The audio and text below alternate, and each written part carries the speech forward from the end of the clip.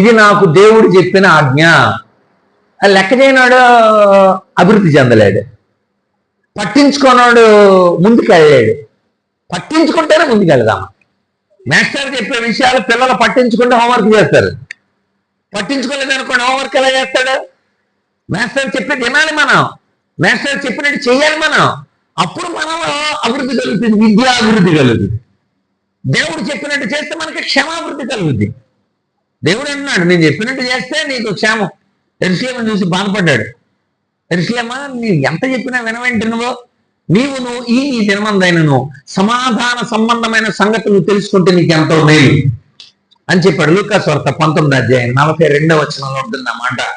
యెరూషలేమును చూసి దాని విషయం ఏడ్చాడు అనమాట.